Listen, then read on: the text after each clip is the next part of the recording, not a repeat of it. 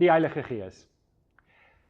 Ons lees in Genesis 1 vers 2, die aarde was heeltemal onbewoonbaar en dit was donker op die diep waters, maar die Gees van God het oor die waters gesweef. Die Heilige Gees is die derde persoon in die drie-eenheid. Die Heilige Gees is nie 'n vors, 'n krag of 'n mag nie. Hy is 'n persoon met persoonseienskappe. En ons kan hom verwerp en hom seermaak en hom strem om die werk van die Vader in ons lewe te doen. Ons lees dat die Heilige Gees was saam met die Vader en die Seun aktief betrokke by die skepping gewees.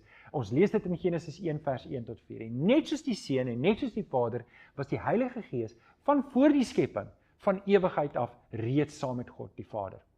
Die Heilige Gees het ook die Bybel geïnspireer, soos wat ons gesê het met die woord van God. Die Heilige Gees het skrywers geïnspireer om presies neer te skryf dit wat God bedoel het, sodat die woord van God behoue kon bly vir die generasies wat kom. En dit is hoekom ons die Bybel vandag het. Die Heilige Gees bewerk ook wedergeboorte in my en in jou harte.